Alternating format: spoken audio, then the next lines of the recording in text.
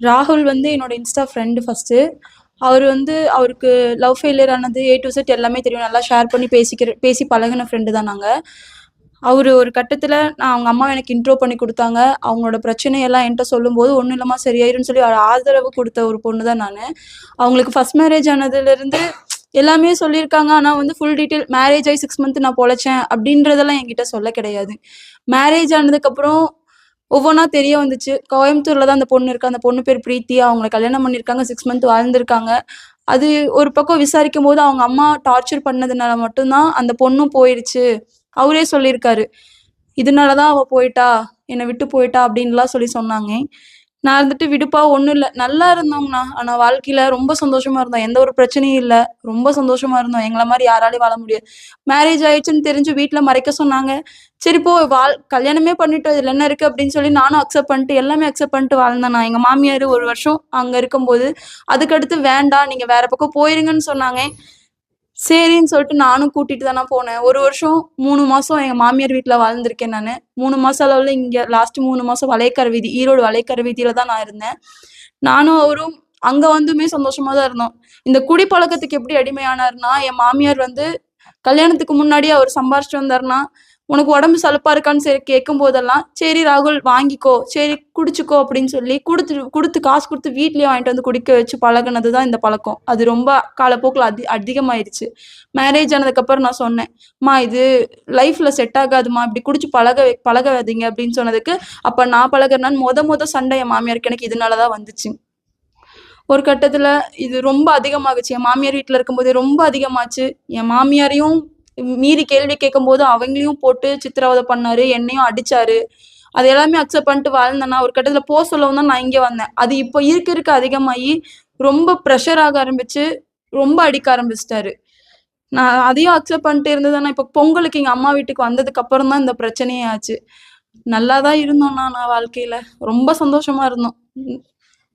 ராகுலுக்கு முதல் திருமணம் எப்ப நடந்துச்சுமா?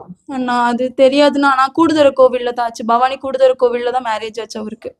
அந்த பொண்ணு பிரிஞ்சு போய் எவ்வளவு நாள் ஆயிருக்கு? அவங்க இப்போ போய் இயர்ஸ் வைஸ் இருக்கா. நான் 6 மந்த் வாழ்ந்திருக்காங்கண்ணா.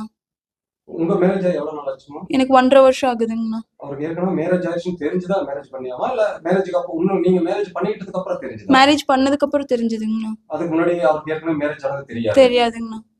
அப்ப அவருக்கு ப்ராப்பரா டிவோர்ஸ் வாங்கியிருந்தாரா? அப்படி எல்லாம் எதுவும் தெரியல. ப்ராப்பரா டிவோர்ஸ் வாங்கிட்டாங்கண்ணா. ஷீட் முதற்கொண்டு காமிச்சாங்க என்கிட்ட அதுக்கப்புறம். ஆக்சுவலா ராகுல் இந்த யூடியூப் தவிர வேற என்ன வேலை செஞ்சுட்டு இருந்தாரு? அண்ணா அவரு ஒரு கம்பெனிக்கு போயிட்டு இருந்தாரு. அதாவது வெளிநாட்டுல இருந்து வர போட்டோஸ்லாம் எடிட் பண்ற போட்டோ எடிட்டரா இருந்தாருங்கண்ணா. பள்ளிப்பாளையத்துல ஒர்க் பண்ணிட்டு இருந்தாரு. அதுக்கப்புறம் இப்ப அவங்க அம்மானாலேயே பிரச்சனை வந்து தேவையில்லாம ஓனருக்குலாம் ஃபோன் பண்ணி பேசி ப்ராப்ளம் வந்ததுனால, இப்ப அவர் அந்த ஒர்க்க வந்து டிஸ்கன்டினியூ பண்ணிட்டு ஃபுல்லா ஷூட்லயே இறங்கிட்டாரு. வீடியோ பண்ணி, ப்ரொமோட் பண்ணி எடுத்துக்கலாம், ஸ்டோரி போட்டு எடுத்துக்கலாம்னு சொல்லி வீட்ல இருந்தே பண்ண ஆரம்பிச்சுட்டாரு. இப்போ நாங்க தனியா போனதுக்கப்புறம் எல்லாமே நான் தான் அப்படின்றதுனால டான்ஸ் சொல்லிக் குடுக்கறதுக்காக டான்ஸ் கிளாஸ் செக் மேட்டுன்னு சொல்லி ஒரு டான்ஸ் கிளாஸ்க்கு எடுக்க போயிருந்தாரு. அதுக்கப்புறம் ஸ்கூலுக்கு போய் கிளாஸ் எடுக்க போனாரு. இப்ப லாஸ்ட் டைம் கள்ளக்குறிச்சி கூட ஒரு 10 நாள் போய் அங்க தான் இருந்தாரு. அப்பயும் வீட்ல தான் இருந்தேங்கண்ணா. அவர் கள்ளக்குறிச்சியில இருக்காருன்றதுனால மட்டும் தான் நான் எங்க அம்மா வீட்டுக்கு லாஸ்ட் அந்த ஒரு நாள் வந்தேன். இது நாள் வரைக்கும் அம்மா வீட்டுக்கு வந்து ஸ்டே ஆனது கிடையாது நானு. இப்ப என்னவா பிரச்சனை? மேரேஜ் இப்ப அவர் இறந்ததுக்கு பின்னாடி ஏதோ பிரச்சனைன்னு சொல்லிட்டு வாங்க. என்ன பிரச்சனை? ஒரு பிரச்சனையும் இல்லண்ணா. நல்லா தாண்ணா இருக்கோம். அவரு குடிப்பழக்கத்துக்கு ஆரம்பத்துல இருந்து அடிமையாக்குனதுனால ரொம்ப குடிக்க ஆரம்பிச்சுட்டாருண்ணா. குடிச்சு அவரு மேலயே கோவப்படுறது, எதுக்கு எடுத்தாலும் கோவப்படுறது, அந்த மாரி கோவப்பட்டதுனால தான் இந்த பிரச்சனையே. ஆனா நான் வந்து எங்க அம்மா வீட்ல தான் இருந்தேன். அவரு என்னைய பார்க்க வரேன்னு சொல்லி கூட வந்து பார்த்துட்டு தான் போனாரு. லாஸ்ட் டைம் சண்டை போடவும், சரிப்பா நான் இங்க இருக்கேன். திங்கட்கிழமை அடுத்த நாள் மாலை போடுறதா இருந்துச்சுங்கண்ணா. அவரு மாலை போடுறேன்னு சொல்லியிருந்தாரு. சரிப்பா நீ சண்டை போடாத, நீ மாலை போட்டு அம்மா வீட்டுக்கு வா, அம்மாவ கூட்டு வா பேசிக்கலாம், நீ குடிக்காதன்னு சொல்லிட்டு வந்தேன். வர வழியில இப்படி ஆயிடுச்சு. அவங்க அப்பாட்ட கூட லாஸ்டா பேசினாங்க. பேசினதுக்கு அவங்க அப்பா கூட எங்க மாமனார் எனக்கு ஃபுல் சப்போர்ட்டுங்கண்ணா. நான் என்ன சொன்னாலும் உடுத்தங்கமையில ஒண்ணாகாது, பாத்துக்கலாம் சரியாயிரும்னு சொல்லி ஒரு பிரச்சனையும் இன்னைக்கு நடக்குதுன்னா அந்த நாள் நைட்டே ஃபோன் பண்ணி புலம்புவேன். மாமா இப்படி ஆயிடுச்சு. மாமான்னு கூட கூப்பிட மாட்டேன். அதிகமா டாடி பான்னு தான் கூப்பிடுவேன். இப்படி ஆயிடுச்சுங்கப்பா என்ன பண்ணட்டும் நானு, என்னை இப்படி போட்டு படுத்துறானே, சொல் பேச்சு கேட்கறானே அப்படின்னு சொல்லிட்டு புலம்புவேன். சரியாயிருண்டா என்ன மாதிரி யாரும் பாத்துக்க முடியாது 2 பேருமே சொல்லியிருக்காங்க. ஆனா இப்ப எல்லாமே என்னை கை விட்டுட்டாங்க. எல்லாருமே விளக்கிட்டாங்க. அவர் இறந்தது கூட பக்கத்துல நெருங்க விட மாட்டேங்கிறாங்க. எங்க மாமி அத்தனை வார்த்தை பேசுறாங்கண்ணா. நான் அவ்வளவு பாத்துக்கிட்டேண்ணா. நானும் அவள் இந்த மாதிரி இருந்தது இல்லைண்ணா. நானா அவருக்கு ரொம்ப இஷ்டம்ண்ணா உண்மையாலுமே. எங்க போனாலும் மூன்னு சொல்லிட்டே இருப்பானா, என் கூடவே வருவானா.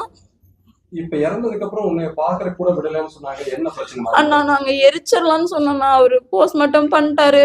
அப்படியே வச்சா நல்லா இருக்காது அப்படின்னு சொல்லி எரிச்சிடலான்னு தானே சொன்னேன். எங்க மாமனாருக்கு அதுதான் விருப்பம்.